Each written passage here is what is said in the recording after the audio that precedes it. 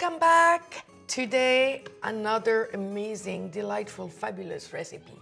We're gonna take an American brownie and make it French. What about that?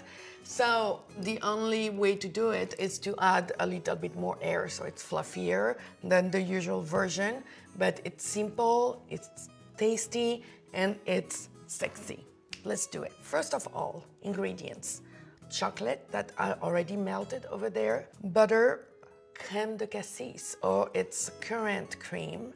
It's the liquor that you add to the chocolate, so it gives a little more flavor, and it's like, you know, an escapade to Paris. Eggs, sugar, salt, and flour. Let's make it. Here's my melted chocolate, and now I'm gonna add to it the butter,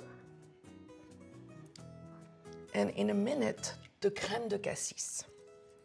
Cassis are black currant. It's really yummy, and don't drink the whole bottle, just a little bit. Chocolate is hot enough to dissolve the butter, but not to cook it. I'm gonna add the crème de cassis.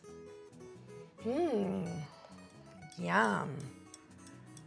Okay. So all eggs, bam. Sugar, make into Ruban. Now I'm gonna add the chocolate mixture. When I keep on beating the mixture, it adds a lot of air. Therefore, the brownie is gonna be fluffier and higher. Let's keep on doing it before we add the rest of the ingredients.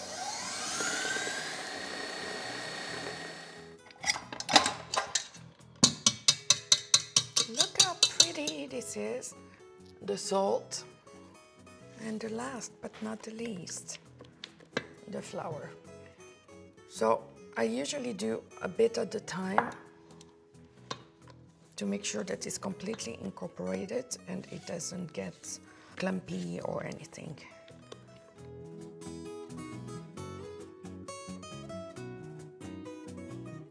Now I'm gonna transfer it into a pan. Oven ready at 300 degrees for between 45 and 50 minutes. Stay tuned.